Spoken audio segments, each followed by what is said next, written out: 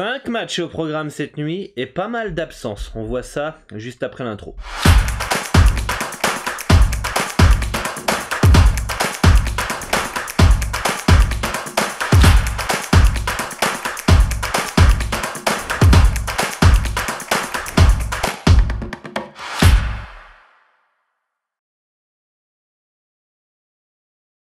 Salut à tous, Sidora, votre expert en paris sportif spécialiste basket pour une nouvelle émission NBA où on va analyser, décortiquer les 5 rencontres du jour en NBA. Et bienvenue à tous les nouveaux, si ce n'est pas fait, n'hésitez pas à vous abonner à la chaîne YouTube, d'activer la cloche des notifications pour ne louper aucune des prochaines émissions et surtout la nouvelle émission, le nouveau format sur ce même type d'analyse mais sur les players performance. Je sais que vous avez été nombreux à me le demander, donc abonnez-vous à la chaîne et retrouvez la nouvelle émission dès qu'elle sera en ligne dans les commentaires épinglés. Je mettrai le lien ou un petit i aussi une fois qu'elle sera en ligne, mais en tout cas abonnez-vous, activez la cloche et si vous aimez ce contenu, vous souhaitez soutenir la chaîne, n'hésitez pas à liker aussi la vidéo. 5 matchs au programme cette nuit et j'espère que vous avez la forme déjà, parce qu'il y a peu de matchs mais il y a pas mal de choses à dire puisqu'il y a pas mal d'infos qui sont tombées. On va faire avant toute chose le récapitulatif de la veille et j'espère que vous avez encaissé. On va commencer avec New York qui s'impose à Charlotte. Alors j'avais Charlotte -8, moi personnellement, très bien anticipé. Voilà, les Hornets ont perdu le match dès le premier quart-temps, 40-24. Ils ont couru après le score toute la rencontre. Ils ont fait quelques petits à-coups, mais ça a été trop juste. Les Knicks étaient en feu à 3 points. Atlantouz contre Détroit, ils s'inclinent. Les Hawks, on avait dit que c'était une équipe qui était capable d'aller gagner à Détroit, évidemment que c'était favori, mais que ça puait la douille, puisque ça n'a pas été la première fois que les Hawks choquaient face à des équipes de ce type de Détroit, et ça a été le cas, donc j'espère que vous avez pu l'éviter. Indiana, c'était mon deuxième bet, Indiana -5 aussi, très bien anticipé, des gros guignols, ils menaient de 13 dans le troisième quart-temps. Je me suis fait un peu avoir parce que j'ai validé le pronostic la veille, moi, le soir, donc plus de 24 heures avant le match, ou 24 heures avant le match, et malheureusement, j'ai eu l'info Brogdon et Duarte qui n'ont pas joué, alors que j'avais compté qu'ils allaient jouer, mais malgré ça, j'avais bien anticipé le marché, donc c'est toujours bon signe de bien anticiper, donc avoir une cote plus haute sur votre pari que à la closing, donc ça c'est toujours bon signe. Donc ça fait 0 sur 2 pour le moment, mais la soirée n'est pas finie, on a réussi à sauver les meubles un petit peu après. Boston face à Utah, les Celtics qui sont très chauds et qui enchaînent une nouvelle victoire face à un gros. Memphis, ça c'était mon troisième bet, pardon. J'avais Memphis plus 2,5 qui était bien anticipé face aux Nets malgré l'absence de Ja Morant. Pour moi c'était value et belle performance de la part des Grizzlies.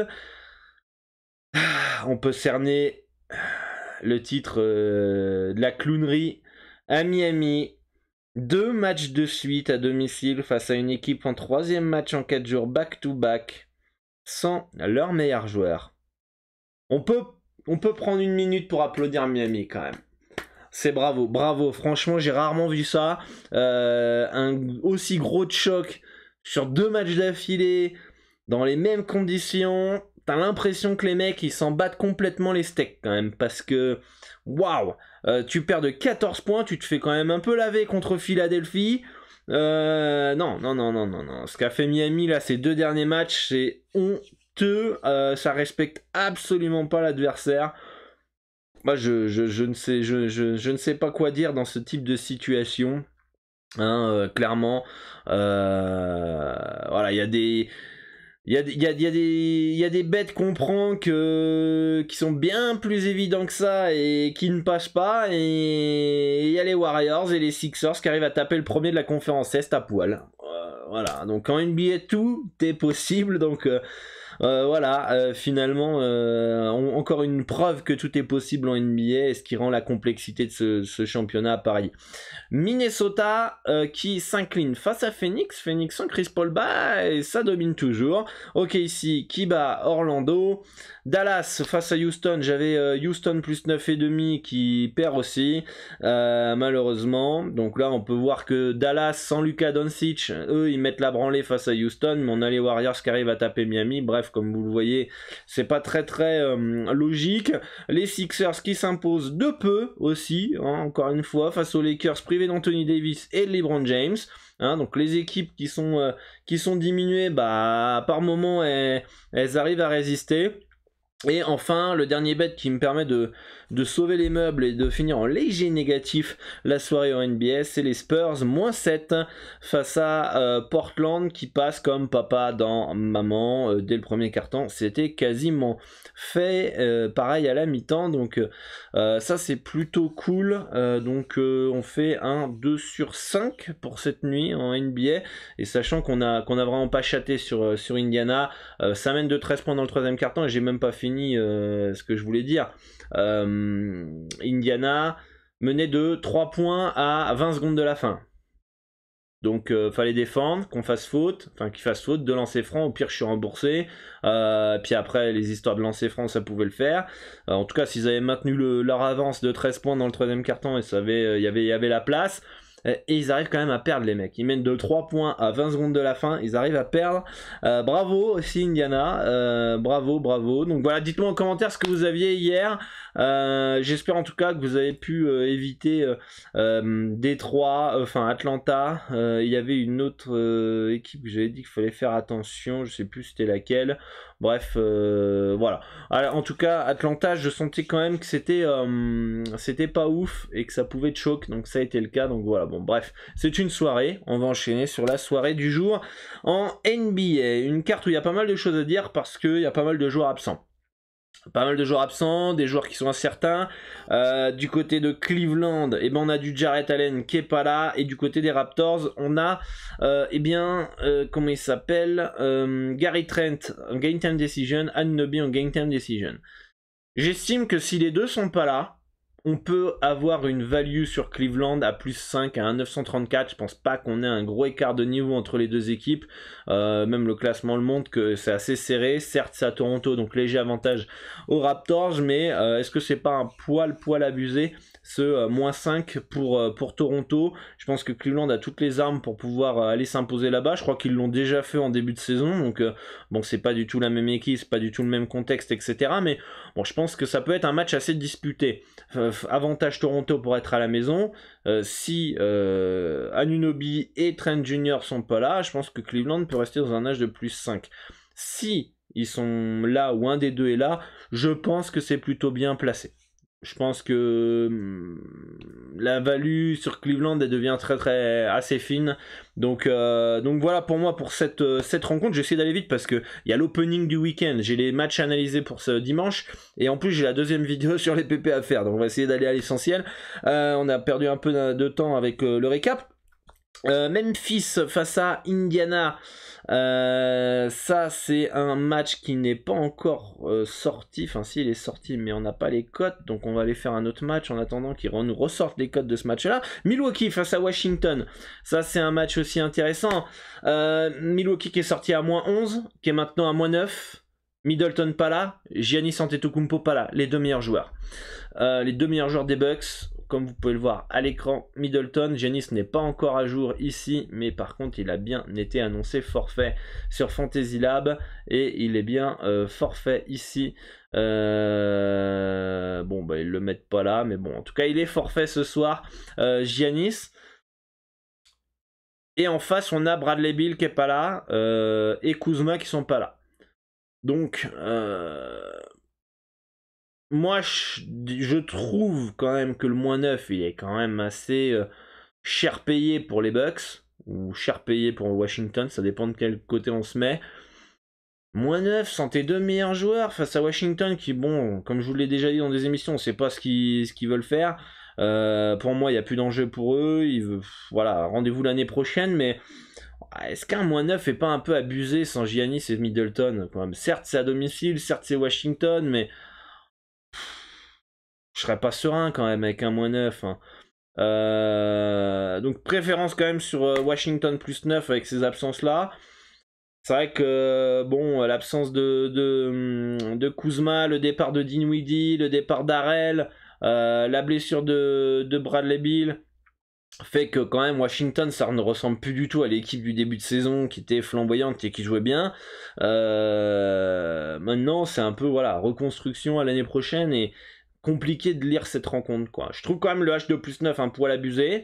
Après voilà, est-ce que la motivation sera là du côté des Wizards? Je vous laisse répondre en commentaire si vous êtes intéressé aussi par le +9 de Washington. En tout cas moi ce qui est sûr c'est que les Bucks à cette cote là et avec cet handicap là c'est un no-bet. C'est soit je pars sur du Washington +9 et on espère qu'ils sont dans un bon soir, un peu comme les Warriors à Miami hier hein. et du coup ça peut le faire, mais soit Washington pour moi dans cette rencontre-là, soit rien du tout. Washington +9. On a l'info de Ja Morant est forfait ce soir qui vient de tomber, ce qui devrait expliquer pourquoi la cote n'est plus en ligne pour les Grizzlies face à comment il s'appelle Indiana. On va enchaîner avec New Orleans qui reçoit les Bulls de Chicago, les Bulls qui sont en dégringolade totale, nos amis de Chicago. Ils sont passés premiers à, je sais même plus combien ils sont là, en un mois. Hein. En un mois, ils passent de la première place à la 5e place. Je crois qu'ils sont à 2 victoires lors des 12 derniers matchs. Bref, c'est assez laid ce que nous fait Chicago en ce moment. Et ce soir, en plus, on a DeMar DeRozan qui est forfait. Là il est game time decision mais c'est bon il est forfait. Zach LaVine sera bien là, donc ça c'est une bonne nouvelle qu'il y ait au moins un des deux qui soit là parce que sinon ça semble être compliqué pour nos amis des Bulls. Ingram qui est game time decision, qui a très peu de chances de jouer. Ok, encore une autre info pour le match de Memphis qui vient de tomber aussi. Donc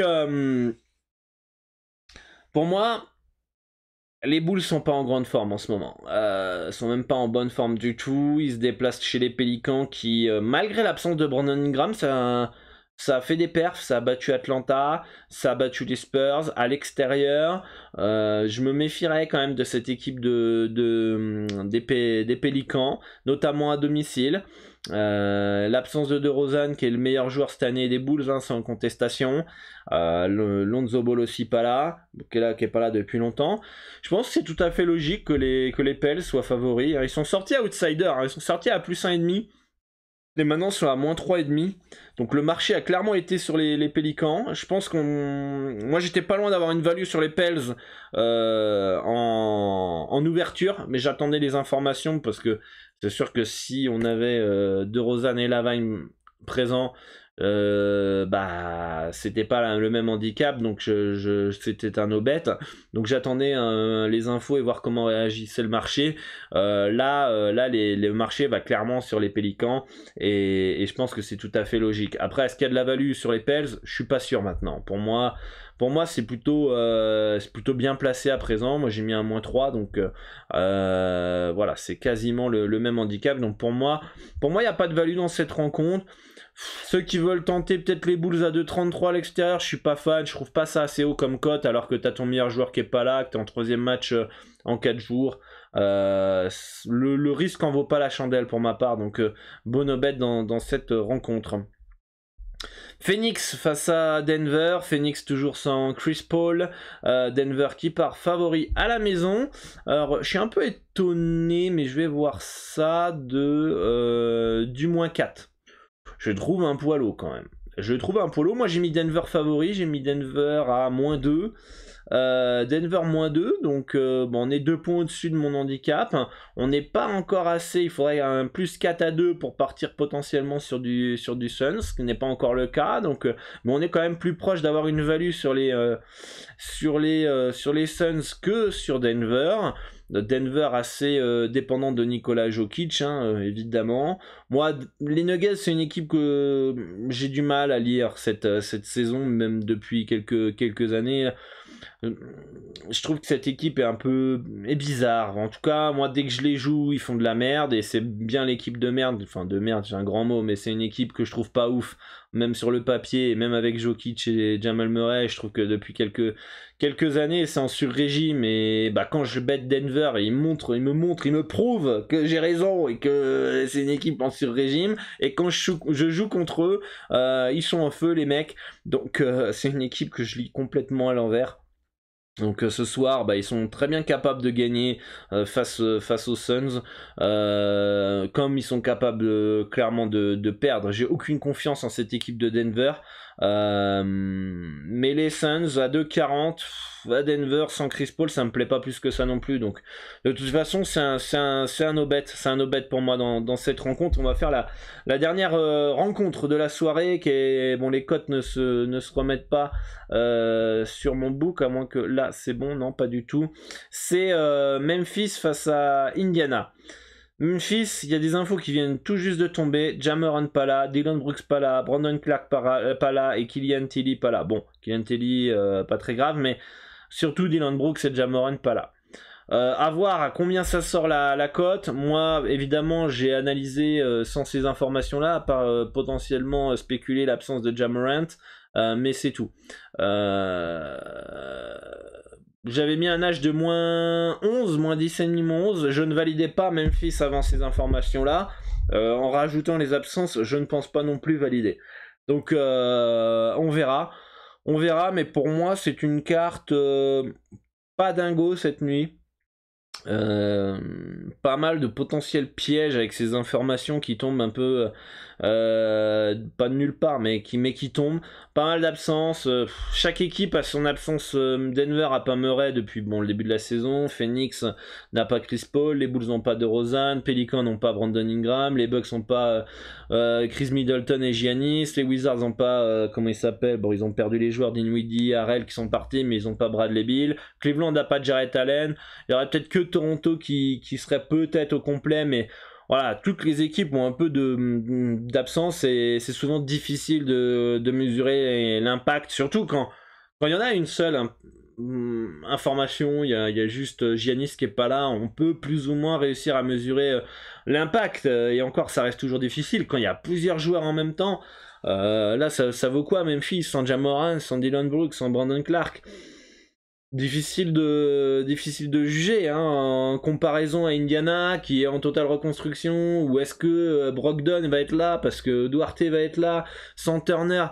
Quand il y a beaucoup d'absence, c'est très compliqué à savoir quel est le réel écart de niveau entre les équipes. Donc pas simple, mais bon, pour faire un résumé, globalement je pense que si les absences sont confirmées à Toronto, un Cleveland plus 5 est potentiellement prenable. Mais ça serait le seul potentiel bet.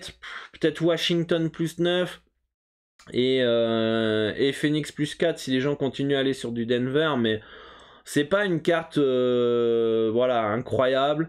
Est-ce que vaudrait mieux pas garder la bankroll au chaud et attendre de meilleures opportunités? Je suis plus de ce parti-là, mais voilà, dites-moi en commentaire vous ce que vous pensez de cette map-là.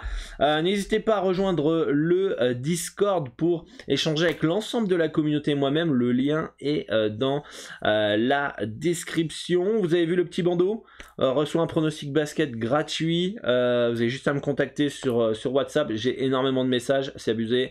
Merci à tous. Mais j'ai eu cette brillante idée en même temps.